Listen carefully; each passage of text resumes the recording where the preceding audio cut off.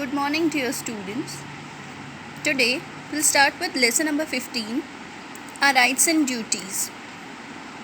That means हमारे अधिकार और हमारे कर्तव्य. Our rights are given to us by the Constitution of India.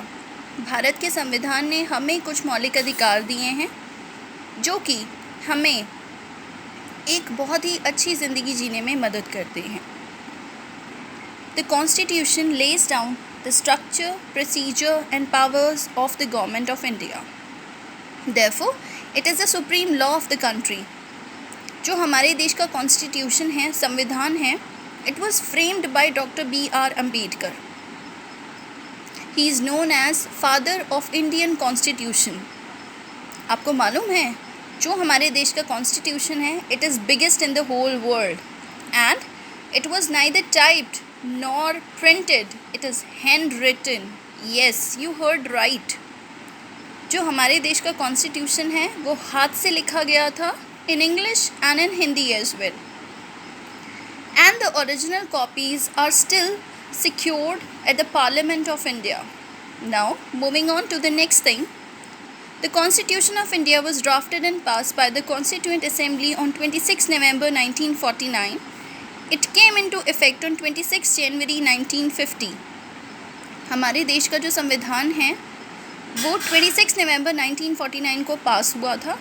Doctor B are Ambedkar ने जब हमारा संविधान फ्रेम किया इसके बाद उसमें कुछ चेंजेस किए गए, कुछ अमेंडमेंट्स किए गए and it was finalized on 26 November 1949 and finally it was applied on 26 January 1950.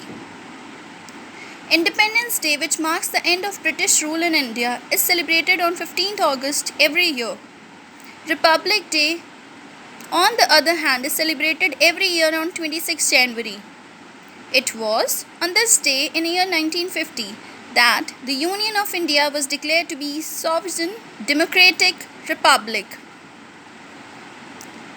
हर साल हम 15 अगस्त को स्वतंत्रता दिवस मनाते हैं क्योंकि इस दिन हमें ब्रिटिशर से जो थी आज़ादी मिली थी. our country got freedom and on every year on 26 January we celebrate Republic Day.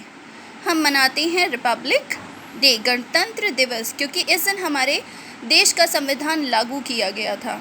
See, the constitution of our country, it contain the structure and procedure of the government and powers of the government of India.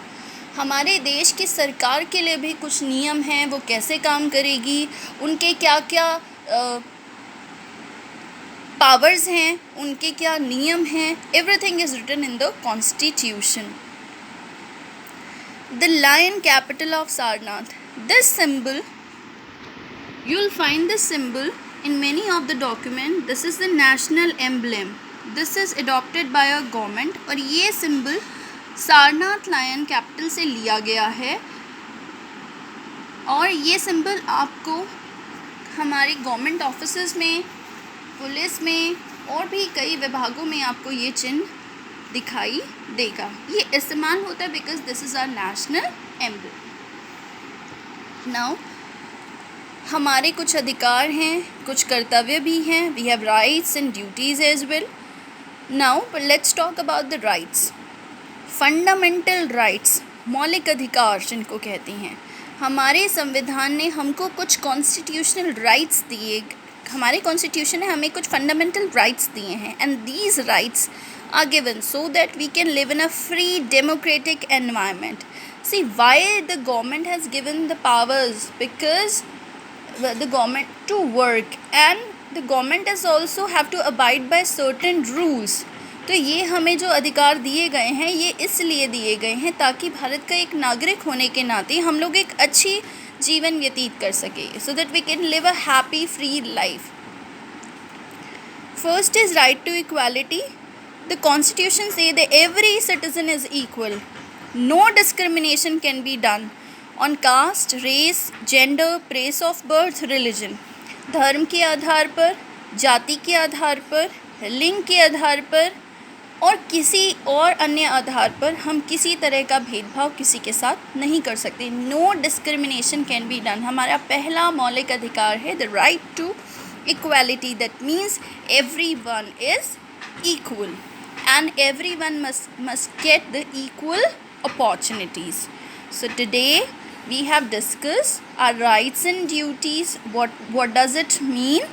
The constitution, what constitution contain, and the very first fundamental right. Okay, so today's homework is you have to read this, go through this, draw the concept map, and we'll discuss the rest of the fundamental rights in next class. Thank you so much.